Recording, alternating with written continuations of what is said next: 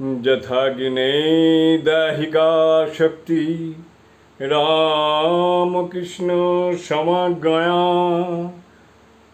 সর্ববিদ্বা স্বরূপাং তং শারদং প্রণমাম্যহম। জননীং শ্যামনন্দিনীং রামকৃষ্ণ বিভাসিতাং সন্তান দুরিতহরাং প্রণমামি ভবোদরম।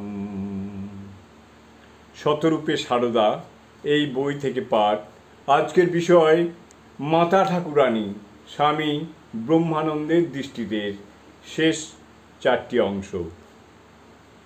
শ্রীরামকৃষ্ণের অন্যান্য ত্যাগী সন্তানদের মতো স্বামী ব্রহ্মানন্দ শ্রীমায়ের কোনো আদেশ বা অভিমতকে সংশ্লিষ্ট বিষয়ে চূড়ান্ত কথা বলে মনে করতেন এবং তৎক্ষণাৎ তা নির্বিচারে পালন করতেন।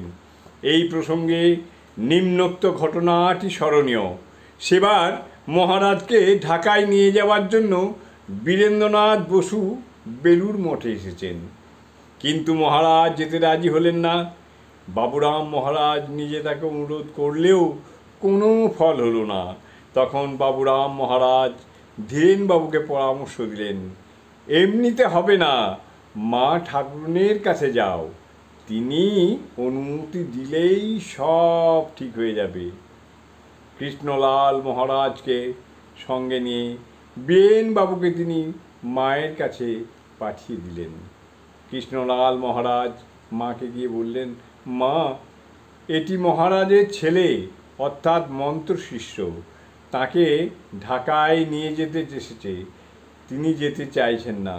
মা বললেন, ছেলে এসেছে নিয়ে যেতে, তা যাবে বই কি, দেখো বাবা, খুব সাবধানে নিয়ে যাবে। বীরেনবাবুর উদ্দেশ্য সফল হলো, কারণ মায়ের ওই কথা শোনার পর যাওয়ার ব্যাপারে মহারাজ আর কোনো অমত করেননি। জয় মা, জয় মা, জয় মা।